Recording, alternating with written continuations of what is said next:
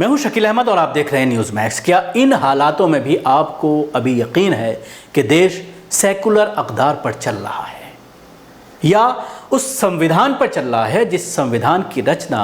Doctor Bhimrao Ambedkar ने की थी? हरगिज़ नहीं। अगर आप देश में हो रही घटनाओं पर संजीदगी से और बारीकी से निगाह डालते हैं तो आपको साफ तौर पर नजर आ जाएगा कि अब जिस सेकुलर संविधान की बात हम करते थे, जिस संविधान में तमाम लोगों को बराबरी के हक की हम बात करते थे, वो संविधान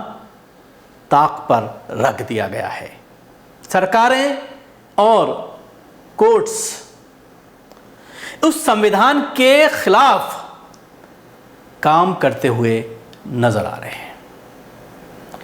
मामला आसिफा का हो जम्मू की या आसिफ का मामला हो मेवात के, इन दोनों के कातिलों का समर्थन करते हुए एक वर्ग खास तौर से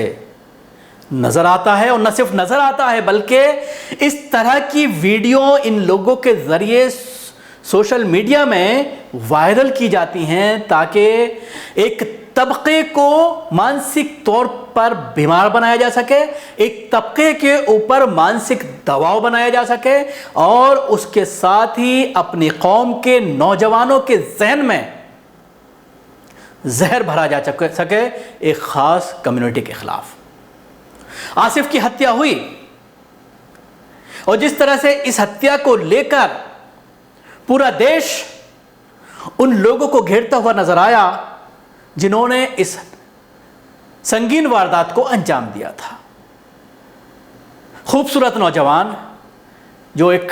जिम ट्रेनर था, पहलवान था, उसको किस तरह से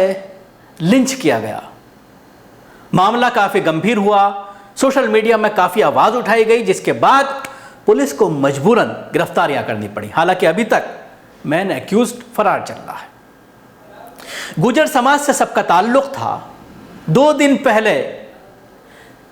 एक पंचायत की गई। कोरोना का ज़माना है, हरियाणा में धारा 144 लगी हुई है। अगर किसान कहीं आंदोलन करते हैं तो पुलिस उनको इसका बहाना बना करके रोकने की कोशिश करती है।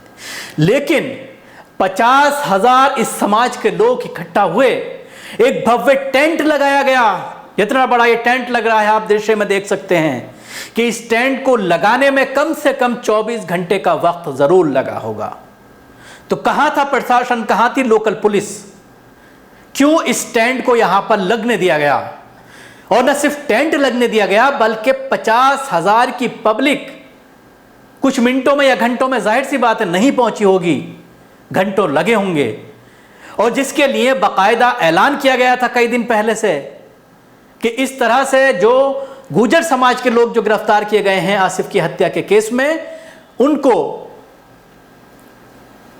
इंसाफ दिलाने के लिए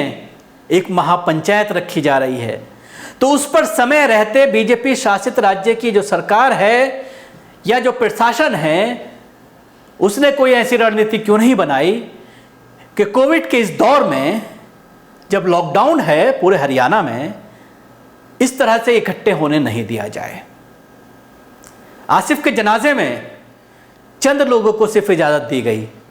लेकिन उसके मुकाबले में जिन्होंने आसिफ का खुलेआम कत्ल किया, जिसके गवाह मौजूद हैं, जिसके फुटेज मौजूद है, जिसका सीसीटीवी फुटेज मौजूद है, पूरे शख्स मौजूद हैं,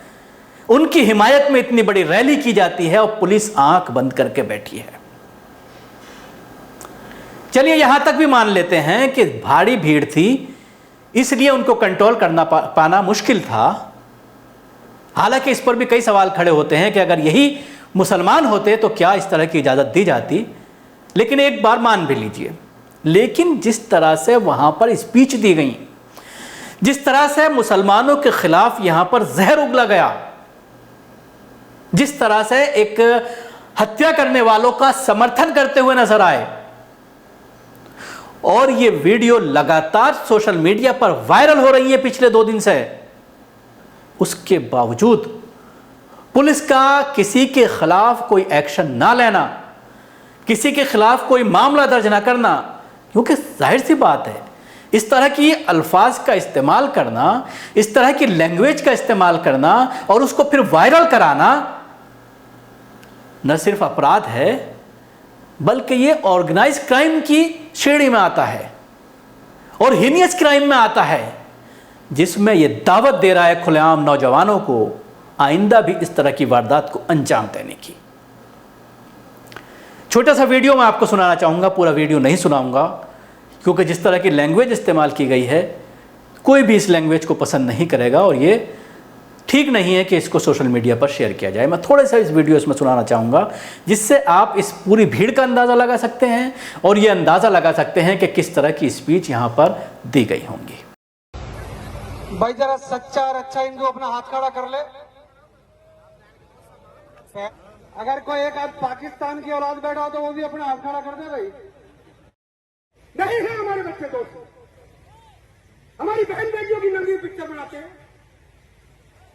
हम उनका मर्डर भी ना करें। तो सुना आपने कि किस तरह से करनी सेना का जो चीफ है,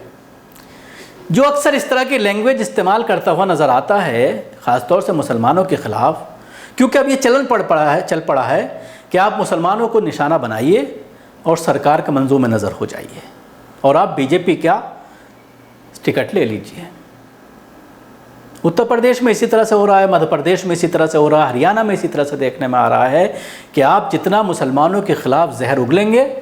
कई लोग ऐसे हैं जो अपने आप को पहले सेकुलर कहा करते थे, लेकिन नरेंद्र मोदी के केंद्र में आने के बाद और उत्तर प्रदेश में योगी आदित्यनाथ के आने के बाद उनका पूरी तरह से जो नकाब था वो उड़ गया है और वो दिन रात सोशल मीडिया पर इस्लाम को खिलाफ, मुसलमानों के ख़िलाफ़ जहर उगलते हुए नज़र आते हैं और उसका फ़ायदा उनको सियासी तौर पर उसका फ़ायदा उनको मिलता है क्योंकि इस तरह के लोगों को एक फ़ैन फॉलोवर्स हैं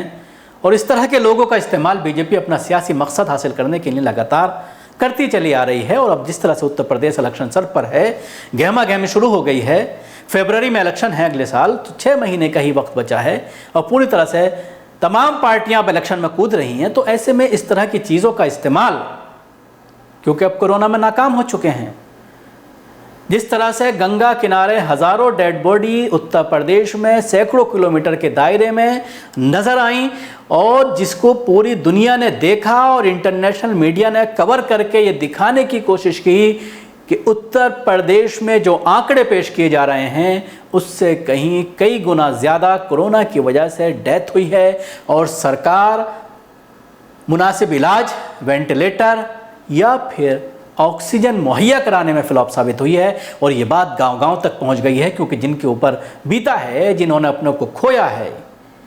वो सीधे सीधे योगी सरकार को, मोदी सरकार को इसके लिए जिम्मेदार ठहरा रहे हैं। तो ऐसे में 2021 में किस तरह से उत्तर प्रदेश को जीतना है उसके लिए सारी चीज़ें की जा रही हैं, चाहे वो हेट स्पीच हो, चाहे वो लिंचिंग हो, क्योंकि लिंचिंग बीच में सरासर गायब थी, पिछले 2 साल से लिंचिंग ख़त्म हो गई थी, लेकिन अब दोबारा से इसको निकाला गया है अपने पोटारे से बीजेपी ने। और दूसरा मामला मसाजिद को जिस तरह से शहीद किया जा रहा है, ये 2 मामले लेकर के अब बीजेपी अपनी सियासी रोटी सेकने में लगी हुई है और उत्तर प्रदेश की जंग जीतना चाहती है इन्हीं 2 मुद्दे पर। अब ये देखने वाली बात होगी कि क्या जिन्होंने अपनों को खोया है, जिन्होंने इस आपदा में ये देखा है कि किस तरह से सरकारें नाकाम हो गईं, आम लोगों ने आगे आकर किस तरह से एक दूसरे की मदद की, गरीब अपनों को अंतिम संस्कार नहीं कर पाए, मजबूरन उनकी डेड बॉडी रेत में दबानी पड़ी, तो क्या वो अब इस तरह के सियासी हथकंडों में एक बार फिर से फंसने को तैयार हैं या फिर वो इसको वोट के वक्त याद रखेंगे और ये याद रखेंगे कि सरकारों ने हमारे अपनों को बचाने में कोई भी तत्परता नहीं दिखाई, उनका साथ नहीं दिया। मैं आपसे जानना चाहूँगा, कमेंट्स बॉक्स में जाकर के हमें ज़रूर बताएं कि क्या इस तरह की लैंग्वेज जो इस्तेमाल की गई हरियाणा में या जो 50,000 लोग इकट्ठा हुए, इसमें कितना प्रशासन और खट्टर सरकार जिम्मेदार है। इसके साथ ही हमारे चैनल को सब्सक्राइब करना ना भूलें और बेल आइकन जरूर दबाएं। धन्यवाद। सभी अहम खबरों के लिए न्यूज़ MX को सब्सक्राइब करें, साथ ही बेल आइकॉन को जरूर दबाएं। लाइक, शेयर, कमेंट करना ना भूलें।